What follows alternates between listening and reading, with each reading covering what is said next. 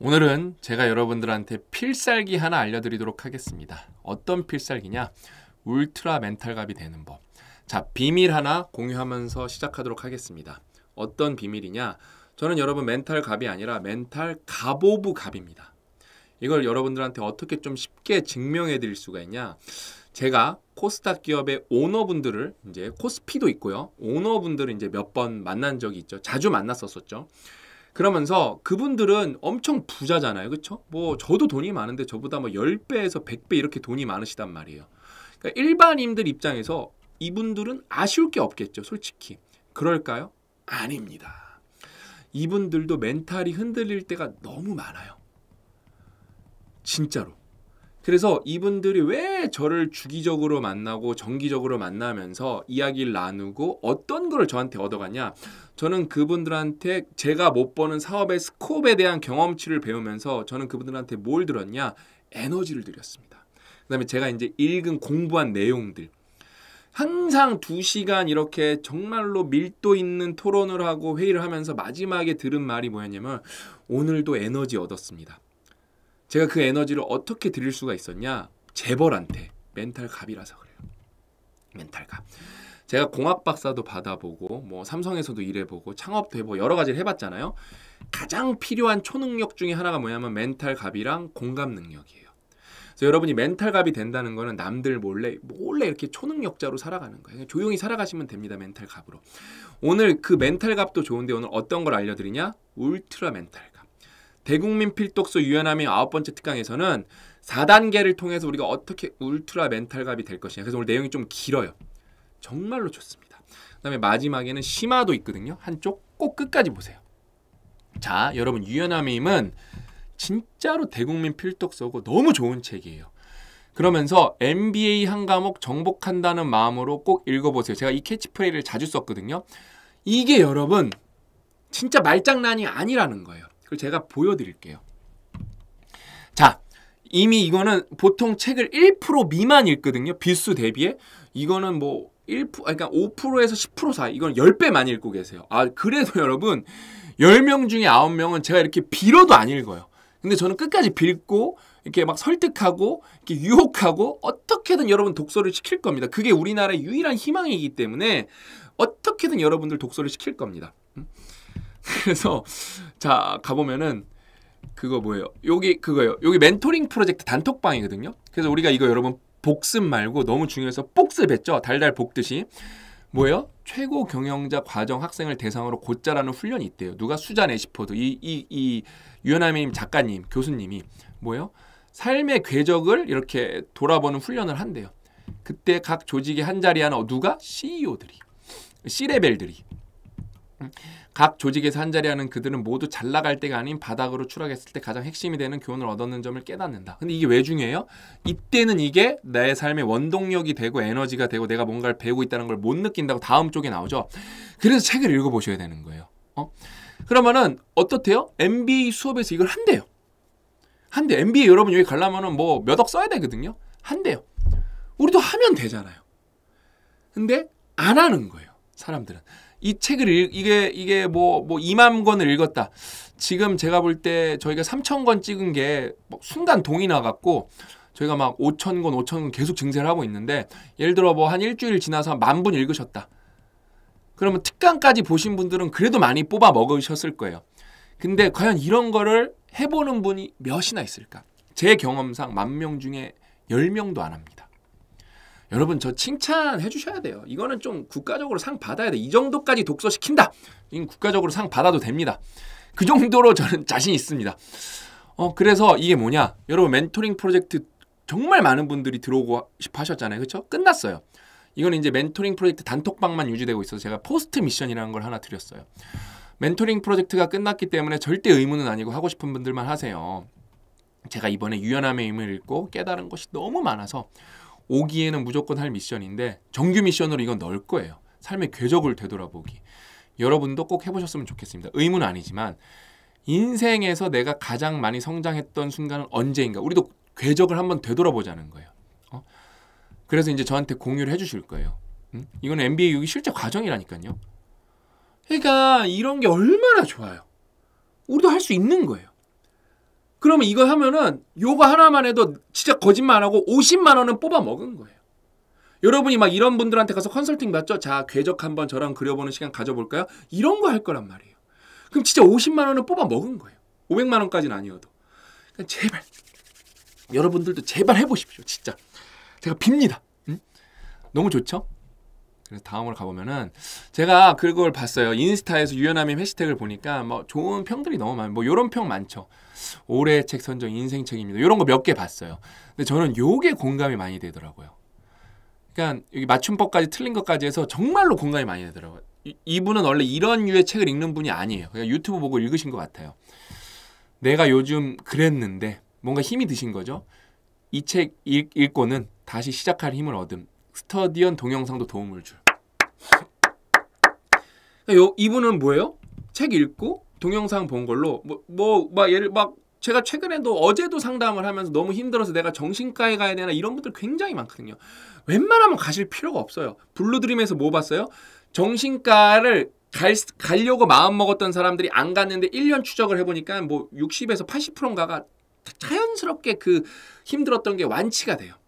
그러니까 잘못 먹으면 부작용만 시달린다니까요. 그러니까 20%만 갈 사람들이었는데 쓰잘데기 없이 많이 간다는 거예요. 20%는 또 가봐야겠죠. 왜냐면 안 나니까.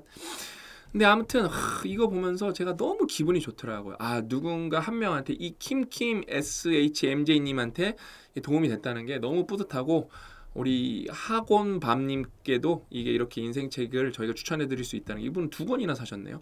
너무 뭐랄까 기쁘더라고요. 그래서 여러분들도 꼭 읽어보셨으면 좋겠습니다. 자, 오늘 내용은 길어요. 제가 그래서 좀 여러분 버벅거릴 수도 있습니다. 왜냐면 너무 오래 읽어야 되는데 여기서 솔직하게 말씀드리면은 제가 이거를 지금 여러분 이걸 1시간째 찍고 있어요.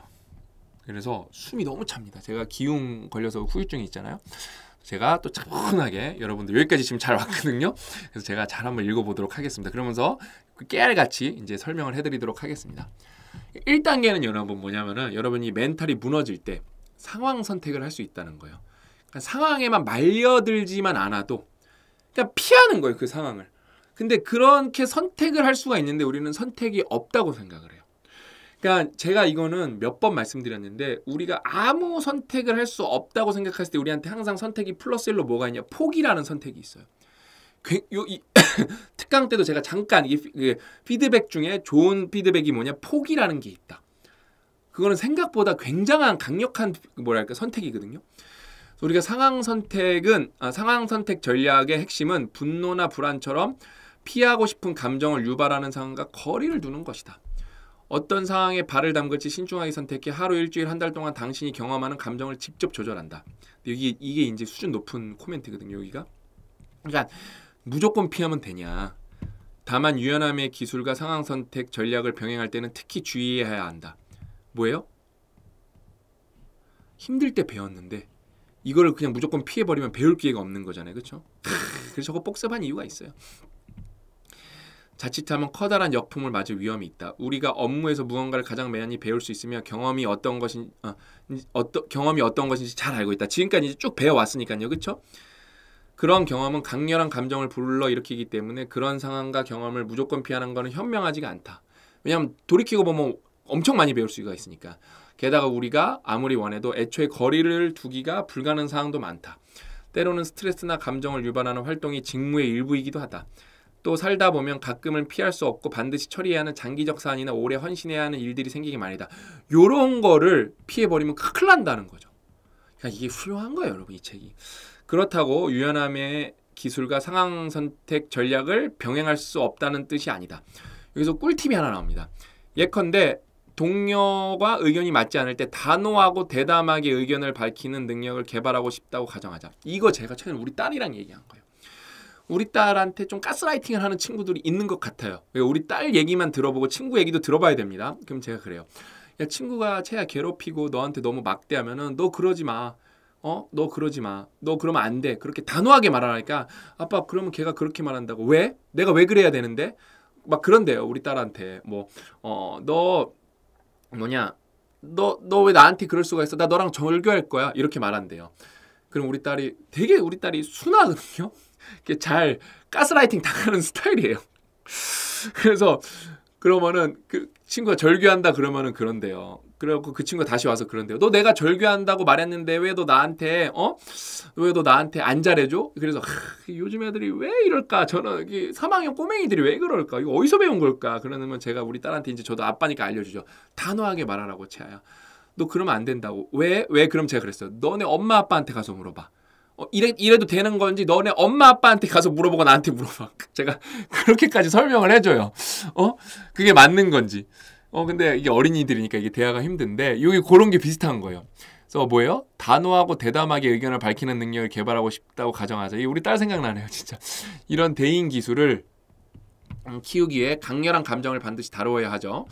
그런데 평소에 두려움과 불안 같은 감정을 관리하기 어렵다면 어떻게 해야 할까? 그러니까 요런 거를 할 때 저기 요약해드리면은 직무 상황, 업무 상황에서 요런 걸로 하면은 문제가 되니까 말하지 말고 요런 거를 한번 테스트 해보고 싶으면 실험 설계를 어떻게 하냐면은 비업무 때 얘기하라는 거예요. 그럴 때 오히려 더 할만하다는 거예요. 업무 때는 리스크가 크기 때문에 비업무 때 대담하게. 예를 들어 내가 뭐 반도체 엔지니어면 반도체 공정 얘기할 때 이런 게 얘기하는 게 아니라 회사에서 뭔가 회사 조직 문화 얘기할 때 그럴 때 그 사람이랑 충돌할 때는 찬스다 하고 대담하게 얘기하라고 실험 설계를 해두라는 거예요.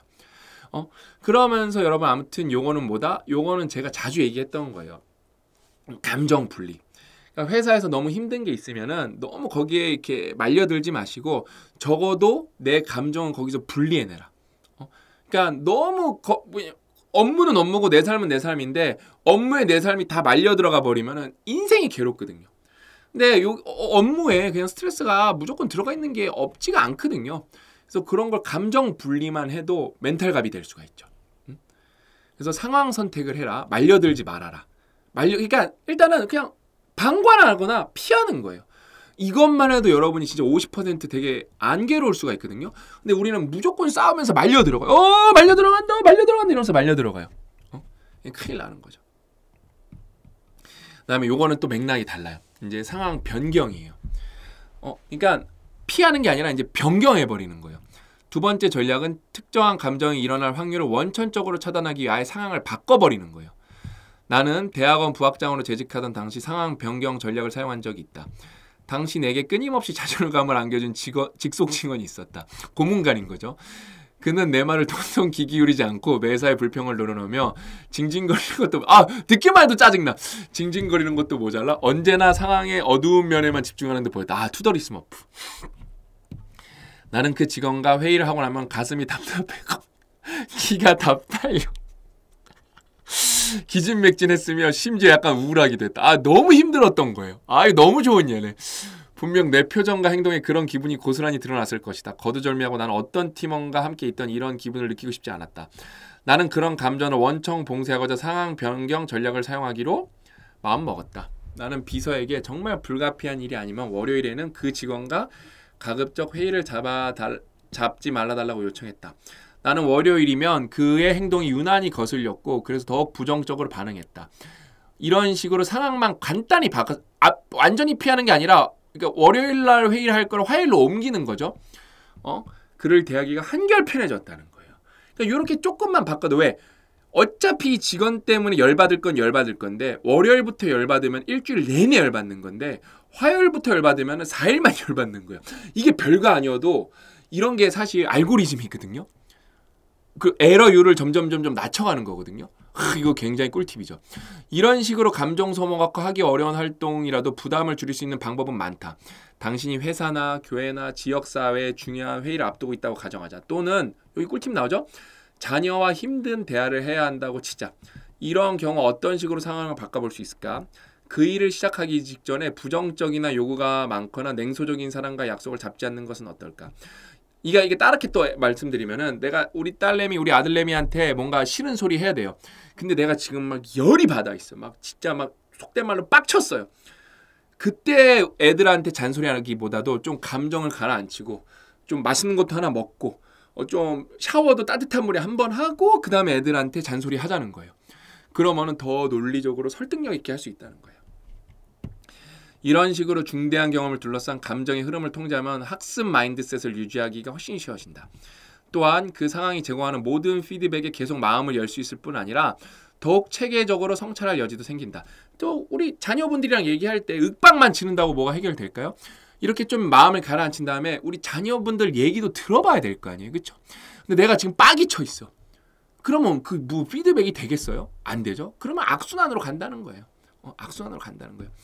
앞에 소개했던 트위터의 경영자 섹스홈 수리 아파는 상황 변경 전략을 활용해 막중한 직무 스트레스를 해결했다. 이거 되게 중요해요, 여러분. 자, 나는 숨 돌릴 틈도 없게 일정을 잡지 않습니다. 근무 중 짬짬이 여유 시간을 가지려고 노력하죠. 내게는 그런 시간이 일종의 스트레스 배출구 역할을 합니다. 그러니까 바쁘다 하면서 여기에 짜증나는 상황이 직면하면 어떻게 된다? 빵! 하고 터진다는 거예요. 그래서 여러분이 바쁘면 바쁠수록 짬을 내서 숨 돌릴 시간. 저는 그래서 회사 다닐 때도 점심시간에 친구들한테 자는 것도 눈 감고 자라 그랬어요. 우리 이제 뭐 대리 친구들, 사원 친구들한테. 아니면은 독서하자 그러고 아니면 우리 운동하고 나면 또 거기 샤워장 있으니까 샤워하고 나면 개운하거든요. 이게 확 한번 날아가거든요, 진짜.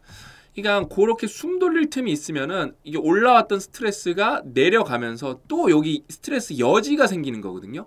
근데 스트레스가 꽉 차 있는 상황에서 스트레스를 또 거기다 묶고 떠볼러 간다? 그러면 스트레스가 2배가 되는 게 아니라 10배가 될 수가 있습니다. 오늘 좋은 것 같은데요. 어떤 상황이 자신의 감정 버튼을 누르고 어떤 상황에서 평정심과 이성을 유지하기 쉬운지 정확히 인식하면 상황 변경 전략으로 더 큰 효과를 거둘 수 있다. 그래서 데일리 리포트 같은 거 써보면 좋아요. 예를 들어 당신이 중요한 프로젝트의 결과를 동료들에게 최종 보고해야 하는 입장이라고 가정하자. 당신은 그 일을 생각하는 것만으로도 머리가 욱신거린다. 여기서 당신의 자기 인식력이 진가를 발휘한다. 만약 당신이 연설을 잘한다면 대면 구두 보고가 정답이다.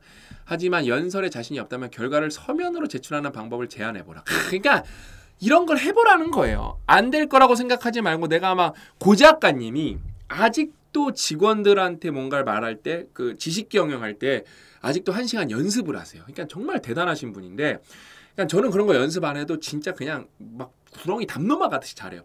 근데 고 작가님은 머릿속에 든 게 저보다 10배 많다고 쳐도 그게 꺼내는 걸 아직도 힘들어하세요. 그래서 그거를 만약에 글로 쓰면 고 작가님 훨씬 쉽죠. 이렇게 상황을 바꾸며 직접 얼굴을 맞대고 동료의 질문 대답하는 상황을 최소화할 수 있어요. 근데 고 작가님은 대면이 중요하기 때문에 뭐예요? 그런 걸 무조건 피할 수 있는 상황이 아니기 때문에 그거를 이제 맞서 싸우시는 거죠. 어디 갔지 그 다음에? 주의 재배치. 여기 별 2개 해놨네요. 밝은 면을 보라. 이거 좋습니다. 멘탈 갑되는 방법이에요, 진짜. 강렬한 감정을 피하고 싶지만 상황을 바꿀 능력이 없는 경우도 더러도 있다. 이 사람은 아까 부학장이니까 바꿀 수 있는데 직원은 못 바꾸잖아요, 그렇죠? 다행히 당신이 온전히 통제할 수 있는 한 가지가 있다. 바로 당신의 주의력이다. 당신의 주의를 통제한다면 감정 역시 자동적으로 통제하게 된다. 예를 들어 당신의 한 동료가 매사에 부정적이고 심지어 비열하다고 생각하자. 토 나와. 자꾸 이거 말을 너무 잘 쓰는 것 같아요. 비열하다고 생각하자. 이럴 경우 주의 재배치 전략을 이용하면 그 동료가 이야기하는 감정에서 어느 정도 멀어질 수가 있다. 회의에서 그 사람에게는 잠깐 주의를 기울이고 더 긍정적인 다른 참석자들에게 훨씬 많이 주의를 기울이면 된다. 그러니까 이런 생각을 애초에 못 한다는 거. 보통은 어떻게 되냐면은 저 새끼 꼴보기 싫어 죽겠네. 또 개소리하네. 꼴보기 싫어. 보통은 다 그런다는데 일단은 그걸 주의를 재배치하자는 거. 이런 생각이 너무 뻔하죠? 안 한다니까요. 아까 그거잖아요, 여러분. 그러니까 이 책에 제가 이 책 그냥 평이하던데? 그게 아니라 이런 거 한번 아까 어디 갔어? 이런 거 한번 해보고 나면은 평이한지 안 평이한지 아시겠죠? 안 해보니까 그냥 이것도 그냥 무난무난한 자기계발서는 아니라니까요. 이거 한 번만 해도 이건 50만 원짜리 자기계발서 된다니까요. 근데 소름 돋는 얘기 해드릴까요? 이 영상 10,000명 넘게 볼 거거든요. 10,000명? 1,000명도 안 해요. 100명도 안 해요. 안 해요. 그게 인생이에요. 그래놓고 여러분이 인생 잘 되길 바라는 거예요. 내 인생 내가 반추하고 궤적을 살펴보는 건데 나밖에 해줄 수가 없는 거고 여러분이 심리상담사를 만나든 막 1억짜리 코치를 만나든 정신과를 가든 결국엔 여러분이 해야 될 건데 왜? 그 사람들이 내 인생 모르잖아요. 그쵸? 근데도 안 해요. 오늘 특강 진짜 좀 찢는 것 같네요. 하세요 좀. 해보세요. 제발 해보세요. 해봤습니다라고 댓글 좀 제발 써보세요. 하겠습니다라고 댓글 쓰세요. 어디까지 했죠? 그러면은 눈에 가시 같은 그 동료가 짜증을 유발하는 행동을 해도 주의 재배치 전략을 사용할 수 있다. 마음속으로 그 일을 곱씹을 게 아니라 부정적인 감정을 유발하지 않는 그의 행동에 초점하라. 이게 너무 웃겨요. 이게 되게 미국스러워요. 또 시작이군. 저 사람이 우리 중에서 제일 똑똑한 척 나대는 게 참 싫어. 그래서 그래도 최선 회의올 때 아주 맛있는 도넛을 준비해 오는 거 갸륵해. 되게 미국스러워요, 이게. 진짜 미국스러워. 우리나라는 그러지 않으니까. 근데 아무튼 뭐 그렇게 긍정적인 걸 보면은 이 일이 진행된다는 거예요. 스트레스도 줄어들고 이런 식으로 주의의 초점을 옮김으로써 감정을 통제할 수 있다. 이게 뭐 일상에서는 솔직히 잘 안 먹힐 수도 있는데 언제 잘 먹히냐면은 자녀들이랑 얘기할 때 이게 겁나 잘 먹히죠. 저는 이 전략을 이미 쓰고 있었어요. 이 전략은 사춘기 자녀든 부모들에게 특히 요긴하다. 그들은 자녀들에게 퉁명스럽고 반항적인 행동이 아니라 기특하고 살아온 측면에 집중함으로써 질풍노도의 시기를 함께 헤쳐나올 수 있다. 이건 진짜 유용한 팁이에요. 그러니까 앞에 거랑 합쳐져야겠죠. 이거를 보려면은 어때요? 이 주의 재배치 전략을 쓰려면은 이 전략을 써야겠죠. 상황 변경 전략을 써야 주의 재배치 전략을 쓸 수가 있겠죠. 그렇죠? 다 기가 막히게 연결되는 겁니다. 어떤 CEO가 뭐예요? 나는 항상 언제나 긍정적인 일들을 일부러 떠올립니다. 또 감사하는 일과 긍정적인 비전으로 주의를 돌리죠. 그러니까 뭔가 여러분들이 뭐 학원을 하고 싶고 노트 쓰고 싶을 때 그러니까 진짜 현실적이고 긍정적인 걸로 해야지 그냥 무조건 100억 벌게 해주세요. 저는 부자가 될 거예요. 그게 여러분들한테 긍정적인 힘을 주면 효과가 있을 수도 있어요. 근데 되게 뭐랄까 여러분들 실제에서 현실에서 긍정에 집중하는 게 중요하지. 좀 너무 막연하면 그게 제가 볼 때 집중이 안 돼요. 뭐 되시는 분들도 있을 거예요. 근데 여기 좀 구체적으로 나와요. 많은 심리학자가 감사하는 일, 그러니까 감사가 진짜 좋은 거예요. 그러니까 내 미래에 뭔가 막연한 것도 좋겠지만 뭐 그런 거에 힘을 얻는 분들 있겠지만 진짜 감사에 집중하는 거는 과학적으로 너무 검증이 많이 끝났어요. 그냥 심리학자가 아니라 많은 심리학자가 감사하는 일에 집중할 때 성찰의 힘을 연구했다. 여기 레퍼런스 있죠? 그들의 연구 결과를 종합해보면 크레이그의 접근법은 확실히 효과적이다. 이런 건 효과적이라는 거예요. 주의 재배치 전략과 병행하면 효과가 더 커진다. 주의 재배치를 다른 전략과 병행하면 더 커진다. 로스 경영대학원 제인 더튼이 좋은 예다. 비대면 발표를 불안해한 더튼은 상황 변경과 주의 재배치 전략을 결합한 전략을 사용한다. 저 이거 까먹고 얘기한 건데 방금 제가 얘기했죠? 솔직히 저 이거 기억 안 나고 그냥 앞에 거 요거랑 합쳐져야겠죠 그랬는데 벌써 얘기 나오죠. 그쵸? 어디였지? 더튼은 비대면 수업이 있는 날이면 긍정적 태도를 유지하기 몇 가지 소소한 방식으로 상황을 바꾼다. 이게 힘든 분이에요. 가령 마인드 컨트롤에 도움을 주는 부적 같은 귀걸이를 착용하고 어머니가 좋아하는 색깔은 푸른색 터틀넥 스웨터를 입는다. 또 발표하는 동안 안정되도록 노트북 옆에 사랑하는 손주들의 사진을 놓는다. 좋은 전략이죠. 이게 리추얼이거든요. 이게 운동선수들이 이게 굉장히 강하죠. 그러니까 뭐 빨간 양말 신고 잘 됐으면 빨간 양말 계속 신고. 왜냐면 그게 심리적 안정감을 주기 때문에 그런 거 써먹는 건 굉장히 좋은 거예요. 그 누구더라? 노벨상 받은 사람인데 그 부적 갖고 다니신 분들이 있어요. 실제로 그 부적을 갖고 다닌 분이. 무려 노벨상 받은 분인데. 왜? 그게 나한테 긍정적 효과를 주면 써먹는 거예요. 그거에 대해서. 나는 긍정적인 감정을 일으키는 물건들로 주변을 채워요. 그런 물건은 내게 큰 힘이 되고 스트레스가 심한 일을 할 때도 나를 행복하게 만들어주죠. 주의 재배치 전략은 감정을 관리하는 도구로 유용하다. 하지만 주의 재배치 전략을 절대 사용 안 되는 특수한 상황들이 하나가 있다. 이게 진짜 꿀팁이에요. 커다란 실패를 경험한 다에는 부정적 감정을 무시하려는 주의를 다른 데로 돌리고 싶을지 모르겠다. 이게 하지만 실험 경제학의 한 연구 결과는 그것이 실수라고 경고한다. 일단은 실험 경제학자들은 피험자들에게 과제 실패에 따른 부정적인 감정에 집중하라고 주문했다. 그러자 그들이 다음번 과제에 25%나 더 많은 노력을 기울였고 더 나은 성과를 냈다. 여기서 분명히 짚고 넘어가야 할 한 가지가 있다. 반복해야 하는 일에서 실패했을 때 고통에 주의를 기울여야 한다는 것이다. 자, 이게 다시 정리해 드릴게요. 그러니까 어떤 일에서 내가 큰 고통을 맞이했을 때 그냥 무조건 이거를 주의 재배치로 무시하면 안 된다는 거예요. 왜? 실험을 해보니까 그 실수에 집중하게 했더니 25%나 더 많은 노력을 기울였고 더 성과를 냈다는 거예요. 왜? 이건 피드백이잖아요. 피드백은 이건 셀프 피드백인 거예요. 고통스러운데 그거를 마냥 무시한다? 그건 큰일 날 수 있다는 거예요. 그 다음에 특히 반복해야 하는 일들은 이거는 다음에 반드시 고쳐내야 되는 건데 반복해야 되는 일에서 실수해서 내가 고통스러워. 이거 주의 재배치로 딴 데로 주의를 돌려버려. 그럼 또 반복된다는 거예요. 그래서 이거는 절대 이거를 쓰면 안 되는 순간은 뭐다? 큰 실패를 했거나 반복을 해야 되는 순간이라는 거예요. 어디까지 읽었지?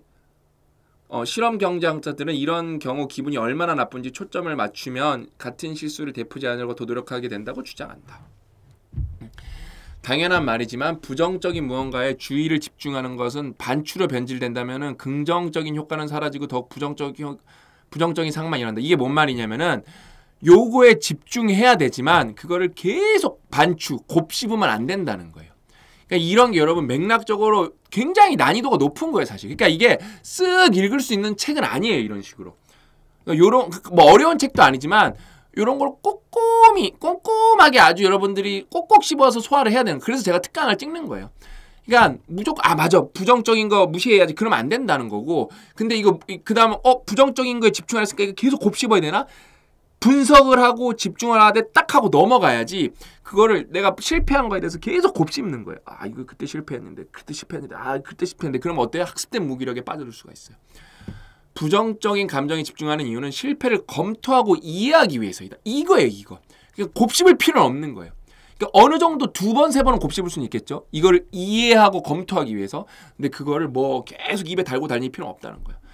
이는 자신의 미래에 더 잘할 수 있는 자신감을 심어주기 위한 방식으로 이루어져야 된다. 이게 여러분 굉장히 체계적이에요, 플로우가. 그래서 진짜 좋은 책이에요. 마지막 이제 임지적 재평가, 감정의 사고관리. 이제까지 설명한 전략은 모두 감정이 일어나기 전에 이를 예방하고 통제하기 위한 방법이었다. 하지만 이미 강력한 감정의 파도에 휩쓸린 다음엔 어떻게 해야 할까? 다수의 연구가 내놓은 일관된 결과가 있다. 감정 조절 전략을 빨리 사용하면 감정 조절도 더 쉽고 성공 확률도 커진다. 요컨대 조절하기 어려운 감정일수록 본색을 드러내기 전에 다루는 편이 더 훨씬 효과적이다. 이게 무슨 얘기냐? 그럼에도 불구하고 감정이 이미 우리를 압도한 후에 다루어야 하는 경우가 있다. 이럴 때는 심리학계에서 인지적 재평가라고 부르는 전략이 가장 효과적이다. 이 전략은 너무 좋은 내용이에요. 무언가의 의미를 이야기로 풀어내는 인간의 선천적인 능력을 활용한다. 우리는 의미를 찾아내는 재주가 타고나며 언제나 이야기를 만들어낸다.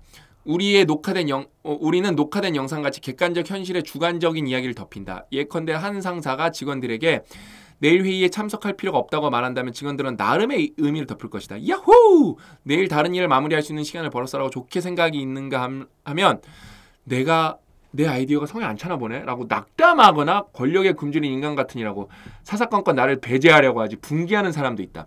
그러니까 똑같은 사건인데 감정을 어떻게 인지적 재평가를 어떻게 하냐가 중요한 거라는 거예요. 또 강렬한 감정을 경험할 때마다 상황 자체는 물론 상황이 우리에게 미치는 영향을 이해하고 싶은 욕구가 꿈틀댄다. 우리가 선택하는 이야기는 실제 벌어진 현실에 대한 정확한 설명일 수도 있고 아닐 수도 있다. 하지만 핵심은 그 의미가 옳은지 그른지가 아니다. 그 이야기에 우리가 감정과 반응을 지배한다는 점입니다. 그러니까 스토리텔링으로 이거를 그러니까 감정을 풀어간다는 게 굉장히 중요한 거예요. 그래서 전 여기 안 나왔는데 꿀팁 하나 드리면은, 예를 들어 여러분이 뭔가 힘들 때는 정서 명명하기는 이건 심리학이 있는 용어거든요. 그래서 글을 써보는 게 굉장히 도움이 돼요. 그러면서 요걸 하나의 상황으로 이렇게 여러분들이 객관적으로 바라보게 한 다음에 그 다음에 여러분이 여기에 내가 재해석을 들어가는 거예요. 여기서 인지적 재평가를 들어가는 거예요. 그래서 이야기를 풀어내는 거예요. 그러니까 요거는 뒤에 내용이 좀 더 나와. 이야기 재구성, 근데 요거는 제가 안 남았어. 좀 책 좀 읽어보셨으면 좋겠어. 왜냐면 제가 이걸 준비하면서 이걸 다 읽는데 너무 힘든 거예요.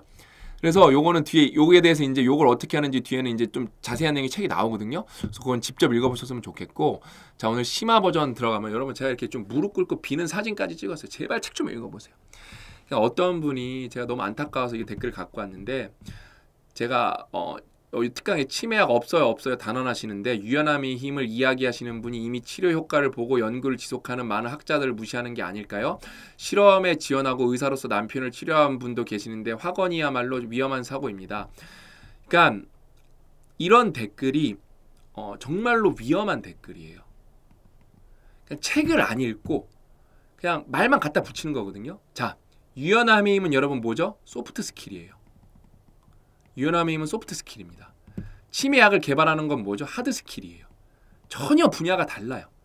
그냥 막 갖다 붙이면 안 돼요. 그거에 대해서. 치매약은 없어요. 그냥 여러분이 검색으로 치매 완치 사례라고 쳐보세요. 그러면은 너무 이건 기적적인 일이기 때문에 쏟아져 나와야 되거든요.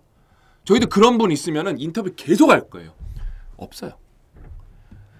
치매는 의사들이 뭐라고 정의하냐? 완치가 안 되고 완화만 될 수 있다. 그 속도를 퇴행성 질환을 늦출 수만 있다고 의사들이 정의하는 거예요. 뭐예요? 뭐 치료 효과를 보고 연구를 없다니까요. 없어요. 이거는 제 얘기가 아니라 치매에 관한 치매를 다시 생각하다 해서 뭐래요? 정신과 의사가 너무 안타깝지만 지금 1상, 2상, 3상 이렇게 가야 되잖아요. 그런 게 없어요. 이게 여러 가지 단계를 넘어서야 되는데 지금 60대 분들이 치매 약으로 혜택을 받을 확률은 없다고 보시면 됩니다. 그럼 치매를 효과를 고치는 건 뭐밖에 없어요? 먹는 거, 장내미 생물 이런 거. 그러니까 우리가 이제 기능의학에서 배웠죠. 먹는 거, 자는 거, 운동하는 거, 독서 이런 거밖에 없어요. 이런 거밖에 없어요. 그 다음에 실험에 지원하고 의사로서 남편을 치료하신 분도 계신데 이게 뭔 말인지도 모르겠어요. 저는. 그러니까 이거는 완화예요. 왜 제한테 이분 걸 이걸 갖고 왔냐? 그러니까 이런 솔직하게 제가 말씀, 이분 상처받을 수도 있고 이분이 뭐 안티로 돌변할 수 있어요. 저는 상관없어요. 우리가 깨닫는 게 중요해요. 저는 이분한테 진짜 제가 비싼 피드백 드리는 거거든요. 그러니까 이런 책 안 읽으실 거예요. 그냥 계속 읽는 거 유튜브만 보실 거예요. 제가 이분한테 무릎 꿇고 제가 이 무릎 꿇고 비는 거는 이분한테 무릎 꿇고 비는 거예요. 책 좀 읽어보시라고. 왜? 이분 제가 아이디를 클릭하면 이분이 다른 글을 뭘 썼나가 나오거든요. 아니나 다를까? 어디 누가 정치적 댓글로 싸우고 계시더라고요. 그런 건 의미가 없어요. 이 정도 논리적 정치로 싸우는 거는 누군가의 편도체 반응을 일으키는 거기 때문에 제가 할 필요가 없다 그랬죠. 그런 것 때문에 소셜 미디어 프리즘 읽으셔야 되고, 이분은 소셜 미디어 프리즘 읽으시면 너무 좋고요. 운명의 과학 읽으시면 너무 좋아요. 그러니까 그런데 진짜 이분은 전 책 읽었으면 좋겠어요. 치매 치료약 없다니까요. 없어요. 근데 거기다 대고 막 유연함의 힘이니까 다 유연하게 해서 그런 책이 아니에요. 그냥 그런 게 근거 없는 쓰레기 자기개발 사고 방식이에요. 우리는 사회과학의 근거에서 한 단계 한 단계 올라가는 거예요. 우리는요. 근데 저는 이런 얘기를 너무 자주 했잖아요. 누군가를 뼈 때리는 얘기를 너무 자주 했기 때문에 그런 분들이 안티가 된 경우가 많아요. 그럼 제가 그런 분 무서워서 이런 얘기 못 할까요? 저는 뭐예요? 저는 울트라 멘탈갑이에요. 이런 분들이 진심으로 잘 되길 바라고, 이분이 제가 너무 뼈 때리는 얘기해서 저를 싫어하는 마음이 생겨도 그거 감수하고 저는 1만 명을 일깨우는 게 훨씬 저한테 중요한 거예요. 그러니까 뭐 이렇게 되게 그럴듯하잖아요. 와, 여기 뭐 맞는 말이 한 문장도 없어요. 뭐 유연함의 힘으로 그런 게 아니에요. 유연함의 힘 특강 보셨나요? 언제 제일 성공한다? 고통 속에서 성공한다. 역경 속에 성공한다. 저는 이 멘트가 이분 인생에 진짜로, 네, 근데 정치 얘기 쓰고 그러시는 거 보니까 잘 안 바뀌실 것 같은데 꼭 바뀌셨으면 좋겠어요. 실험에 만약에 이런 게 있다고 쳐줄게요. 이런 거는 치료됐잖아요. 약으로 치료한 것도 아니에요. 그러니까 의사가 뭘 치료했다는 거는 의사는 다양한 방법으로 환자를 치료가 있어요. 이게 약으로, 그러니까 이 말도 이 말이랑 상관이 없는 말이에요. 그러니까 치료 효과를 보고 연구하는 게 아니라 몇 조를 썼는데도 다 접고 있어요. 심지어 그거에 참여했다가 부작용만 더 얻은 환자도 많고요. 그러니까 그 관련해서 공부도 하나도 안 보내시고 누구한테 토론한다? 이런 문화를 대한민국에서 뿌리 뽑는 게 제 목표예요. 최소한 이런 걸 얘기하시면 이런 말투로 말하시면 안 되죠. 위험한 사고입니다. 저를 평가하시는 거잖아요. 제가 만약에 이분이었으면 이렇게 말했을 거예요. 치매약이 혹시 있지도 않을까요? 유연함의 힘을 이야기하시면, 유연함의 힘을 읽었으면 또 우리가 유연한 사고로 치료약이 나올 수도 있다고 유연하게 바라보는 게 좋지 않을까요? 또 연구하시는 분들이 또 낙담하지 않을까요? 그런 학원이야말로 많은 분들에게 상처를 주지 않을까요? 그렇게 말해 저를 이거 평가한 건데 이게 뭐 낮은 수준의 모욕인 거죠. 낮은 수준의. 그러니까 뭐 토론으로 붙으면 뭐 상대를 할 수가 없죠, 저랑. 왜냐면 근거가 없으시니까요. 그러니까 저는 진짜로 유연함의 힘을 읽으면서 이걸 특강을 하면서 이게 진짜 하나의 수업이 됐으면 좋겠거든요. 그래서 오늘 제가 심화 마지막에 나온다고 말씀드린 거예요. 그래서 뭐 아무튼 이분한테 제가 악의가 있는 게 아니라 제가 이분한테 이거에 대해서 좀 뼈를 때리고 싶어서 제가 우리 직원분 있을 때 제가 무릎 꿇을 테니까 이 사진 좀 찍어달라 그랬어요. 그럼 동시에 여러분 좀 책 좀 읽으셨으면 좋겠어요. 이렇게 하루에 한 번씩 빌 수 있어요. 하루에 한 번씩 1일 1물그룹 할 수 있으니까 제발 책 좀 보셨으면 좋겠어요. 특히 이분 유연함을 읽으셨으면 좋겠어요. 근데 유튜브만 보고 여러분이 뭔가를 다 이해한다는 건 드물어요. 다 착각이에요. 다 그다음에 다음 주 되면 없어집니다. 책 읽어도 머리 안 남는 경우가 많거든요. 유튜브만 읽고 머리 남는 경우는 별로 없어요. 유튜브만 읽고 머리 남기려면은 딱 하나밖에 없어요. 실행을 해야 되고, 그다음에 요번에 읽은 분들 요거 하나만 하셔도 제가 50만 원 벌어간 거다. 제가 말씀드립니다. 심지어 책 안 읽는 그 10명 중에 9분도 요거라도 해보세요. 근데 못한다니까. 여러분이 못하죠? 절대 A 클래스로 갈 수가 없어요. 그냥 평생 불평불만만 하실 거예요. 아니면 그냥 안주하시던가. 불평불만 안 하시는 분들도 있으니까. 이게 쉬운데 못한다니까요. 그래서 제가 멘토링 프로젝트 하는 거예요. 근데 만약에 이걸 보고 10,000명이 한다? 그럼 저는 오늘 대한민국 바뀔 수도 있다고 생각해요. 오늘 대한민국 바뀔 수도 있다고 생각합니다. 진짜로. 어디서 나비 효과의 시작이 시작됐으면 근데 안 될 거라는 확률이 99%라는 거 알기 때문에 이렇게 한번 빌어봅니다. 제가 모자도 벗고 이렇게 진짜 이렇게 빌어봅니다. 제가 진짜 여러분 진짜로. 그러니까 근데도 안 해요. 그러니까 눈물 나 진짜. 근데 그거는 제 역할이고 제 의무고 제 소명인 거예요. 그걸 여러분들 하게 도와드리는 거라. 제가 포기하지 않는 거 알죠? 저희 졸구력 아시죠? 그러니까 진짜 꼭 여러분들 읽어봤으면 좋겠고 MBA 한 과목 정복한다는 마음으로 이 책 꼭 읽어보셨으면 좋겠습니다. 아셨죠? 저는 마지막 10강으로 돌아오도록 하겠습니다. 10번째 특강으로 돌아오고 10번째 특강 다음에 외전이 하나 있을 거예요. 와 9번째까지 왔어요. 저는 여러분이 너무 힘들게 찍었어요. 진짜 오늘 또 폐가 좀 안 좋네요. 뭔가 호흡이 잘 안 터지네요. 호흡이 잘 되는 날은 좋은데 제가 이 기흉 수술이 너무 힘들어요. 근데 또 여기서도 저는 배운 게 많습니다. 그래서 오늘도 너무 즐거웠다. 그래서 저는 10번째 특강으로 찾아뵙겠다고 말씀드리면서 여기서 인사드리도록 하겠습니다. 또 만나요.